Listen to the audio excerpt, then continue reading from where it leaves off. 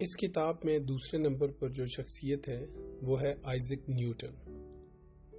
یہ عظیم ترین سائنسدانوں میں سب سے متاثر کن شخص آئزک نیوٹن 1642 عیسوی میں کرسمس کے روز انگلستان میں وولستھوپ کے مقام پر پیدا ہوا۔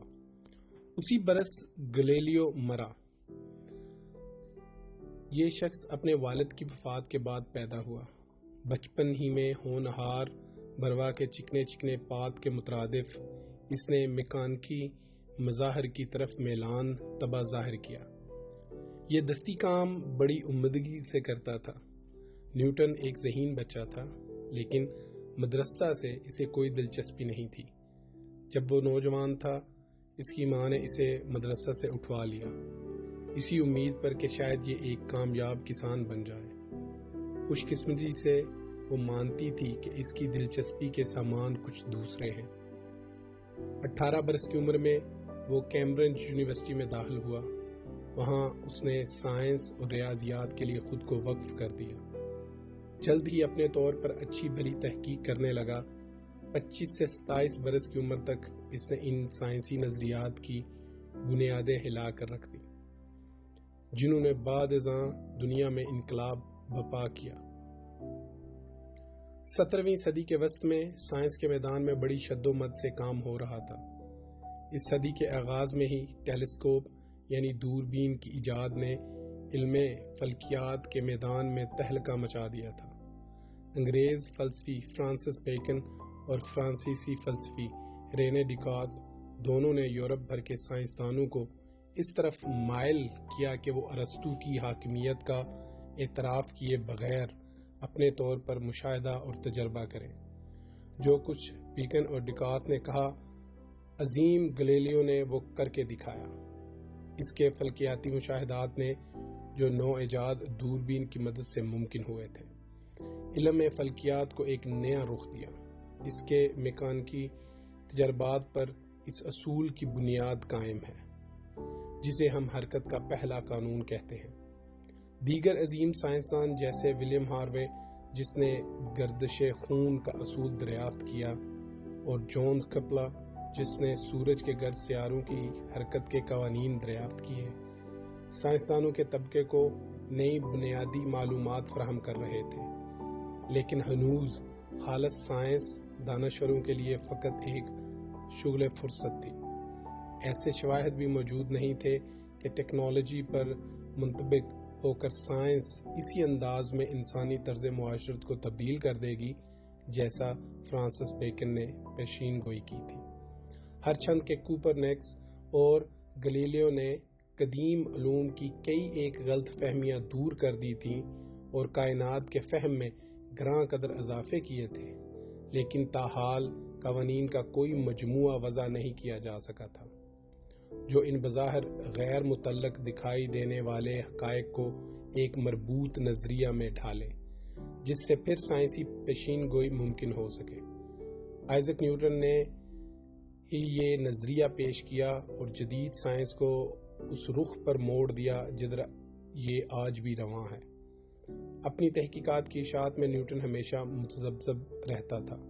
حالانکہ وہ اپنی تحقیقات کے ذریعے بنیادی نظریات کو 1669 تک وضع کر چکا تھا، تاہم اس کے بیشتر نظریات دیر بعد منظر عام پر آئے۔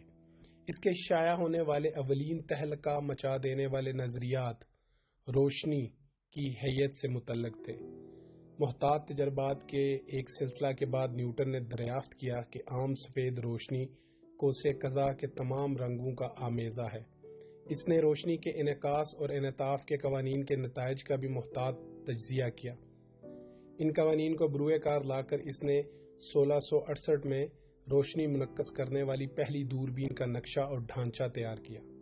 یہ خاص وضع کی دوربین ہے جو آج بھی بڑی فلکیاتی مشاہدہ گاہوں میں استعمال ہوتی ہے۔ دیگر متعدد بصری تجربات کے ساتھ جو وہ کر چکا تھا، اس نے اپنی دریافتوں کو برٹش رائل سوسائٹی کے سامنے پیش کیا جب اس کی عمر فقط 29 برس تھی۔ بصریات میں ہی نیوٹن کے مارکے شاید اسے اس فہرست میں جگہ دلوانے کے لیے کافی تھے، تاہم یہ خالص ریاضیات اور مشین دانی میں اس کی کامیابیوں کے مقابلے میں ہیچ ہیں۔ ریاضیات میں اس کی بڑی کامیابی مکمل علم الاحصاء کی ایجاد ہے، جو اس نے غالباً 23 یا 25 برس کی عمر میں ممکن بنا لی تھی۔ یہ جدید ریاضیات کی انتہائی اہم ایجاد نہ صرف وہ سوتا ہے جس میں سے جو یہ ریاضیاتی نظریے کے دھارے کا بیشتر حصہ پھوٹا ہے، بلکہ یہ ایسا ناگزیر اوزار بھی ہے جس کے بغیر جدید سائنس کی بیشتر کامیابیاں ممکن ہی نہ تھیں۔ اگر نیوٹن اس مکمل علم الاحصاء کے ایجاد کے ماسوا کوئی دوسری ایجاد نہ بھی کرتا تو اسے پھر بھی اس فہرست کے ابتدائی حصے میں کوئی مقام مل سکتا تھا۔ تاہم نیوٹن کے انتہائی اہم ایجادات مشین دانی کے شعبے میں ہیں۔ یہ علم مادی اشیاء کے حرکت سے تعلق رکھتا ہے۔ گلیلیو نے حرکت کا پہلا قانون دریافت کیا جو اجسام کی حرکت کی توضیح کرتا ہے، یعنی جب وہ کسی بیرونی قوت سے آزاد ہوں۔ عملی طور پر ہر جسم ہمہ وقت بیرونی قوت کی زد میں ہوتا ہے، جبکہ علم سکون و حرکت میں سب سے اہم سوال یہ ہے کہ ان حالات میں جسم کس طرح حرکت کرتا ہے۔ اس مسئلے کو نیوٹن نے اپنے حرکت کے دوسرے قانون کی مدد سے حل کیا، جسے بجا طور پر کلاسیکی طبیعیات کا انتہائی بنیادی قانون تسلیم کیا جا سکتا ہے۔ اس قانون کو ریاضیاتی طور پر اس مساوات سے ظاہر کیا جاتا ہے: F=ma۔ اس کے مطابق ایک جسم کا تغیر یعنی وہ شرح جس سے اس جسم کی رفتار تبدیل ہوتی ہے، جسم پر جملہ بیرونی طاقت کے مساوی ہے، جو اس شے کے حجم کے سبب دو حصوں میں تقسیم ہوتی ہے۔ ان دو معروف قوانین میں نیوٹن نے مزید ایک کا اضافہ کیا، جس کے مطابق ہر طبعی توانائی کے خلاف ایک برابر طاقت کا رد عمل پیدا ہوتا ہے، جبکہ اس کے سائنسی قوانین میں سب سے اہم کشش ثقل ہی قانون تھا۔ چار قوانین کے اس مجموعے نے باہم اشتراک سے ایک مربوط نظام وضع کیا، جس کے ذریعے آخرکار تمام میکانیکی نظام کی تحقیق ممکن ہو گئی، وہ چاہے ایک پینڈولم کی حرکت کا نظام ہو یا سورج کے گرد اپنے مدار میں چکر کاٹتے سیاروں کا نظام ہو۔ نیز ان کے متعلق پیش گوئی بھی ممکن ہوئی۔ نیوٹن نے فقط ان میکانیکی قوانین کو ہی بیان نہیں کیا، اس نے علم الاحصاء کے ریاضیاتی اصول استعمال کرتے ہوئے ثابت کیا کہ کس طرح یہ بنیادی قوانین حقیقی مسائل کے حل کے لیے بروئے کار لائے جا سکتے ہیں۔ نیوٹن کے قوانین کو انتہائی بڑے تناظر میں سائنس اور انجینئرنگ کے مسائل میں استعمال کیا گیا ہے۔ اپنی زندگی میں ہی علم فلکیات میں اس کے قوانین کا انتہائی انطباق کیا گیا۔ اس شعبے میں بھی نیوٹن نے دروا کیے، یعنی دروازے کھولے۔ 1687 میں اس کی عظیم کتاب فطری فلسفہ کے ریاضیاتی قوانین شائع ہوئی۔ اس میں اس نے اپنے کشش ثقل اور حرکت کے قوانین کو بیان کیا۔ نیوٹن نے ثابت کیا کہ کس طرح ان قوانین کے ذریعے سورج کے گرد گھومتے سیاروں کی حرکت کے متعلق پیشین گوئی کی جا سکتی ہے۔ یہ حرکیاتی علم فلکیات کا بنیادی مسئلہ ہے، یعنی کسی طور ستاروں اور سیاروں کے درست مقام اور حرکت کے متعلق پہلے سے جانا جائے۔ نیوٹن نے ایک ہی حلے میں اسے یکسر حل کر دیا۔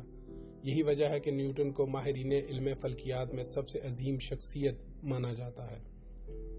یہ نیوٹن کی سائنس میں اہمیت کے متعلق ہمارا تجزیہ ہے۔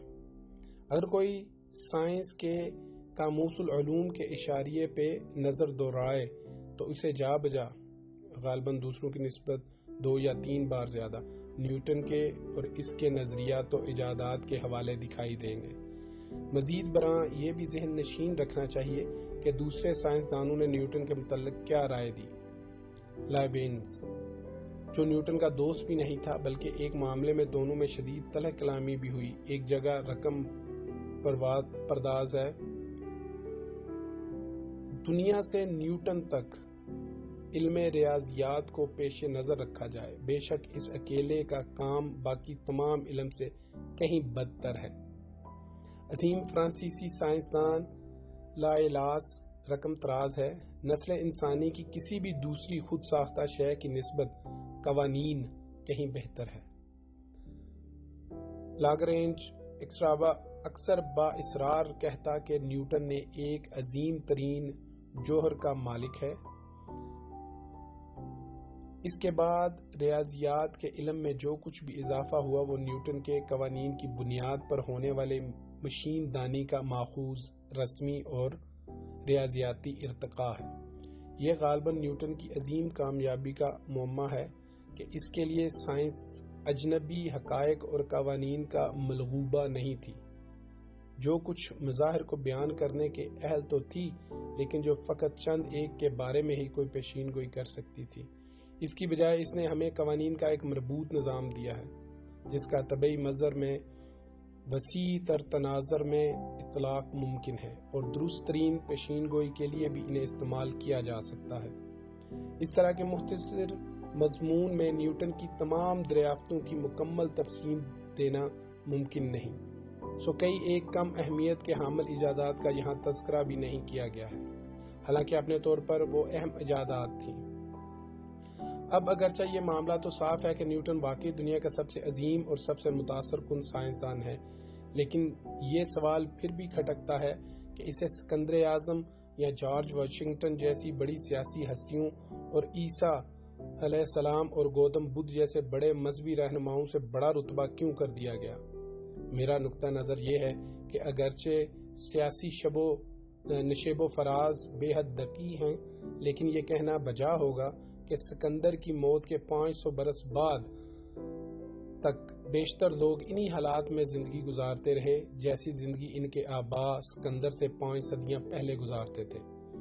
اسی طور اپنی بیشتر روزمرہ کی سرگرمیوں کے حوالے سے بھی 1500 عیسوی میں انسانوں کی اکثریت اسی طور زندہ تھی جیسے ان کی زندگی 1500 قبل مسیح میں تھی۔ گزشتہ 5 صدیوں میں جدید سائنس کے فروغ کے سبب عام انسان کی روزمرہ کی زندگی میں انقلابی تغیرات برپا ہوئے ہیں۔ ہمارا لباس مختلف ہے، خوراک مختلف ہے، ہم مختلف معاش اپناتے ہیں اور اپنے فارغ وقت کو 1500 عیسوی کے لوگوں سے مختلف انداز میں صرف کرتے ہیں۔ سائنسی دریافتوں نے نہ صرف ٹیکنالوجی اور معاشیات میں انقلابی تبدیلیاں پیدا کی، بلکہ انہوں نے سیاست، مذہبی فکر، فنون لطیفہ اور فلسفہ کو بھی یکسر بدل کر رکھ ڈالا۔ انسانی فعلیت کے چند پہلو البتہ اس سائنسی انقلاب کے بعد غیر مبدل رہے۔ یہی وجہ ہے کہ ہماری اس فہرست میں اس قدر سائنسدان اور موجود ہیں۔ نیوٹن نہ صرف تمام سائنسدانوں میں شاندار ہے، بلکہ سائنسی نظریہ کے ارتقاء میں بھی نیوٹن کا ایک انتہائی اثر انگیز کردار ہے۔ اسی باعث وہ دنیا کے انتہائی مؤثر افراد کی فہرست میں ابتدائی درجوں میں جگہ پانے کا مکمل حقدار ہے۔ 1727 میں نیوٹن کا انتقال ہوا، اسے ویسٹ منسٹر کے گرجا میں دفنایا گیا۔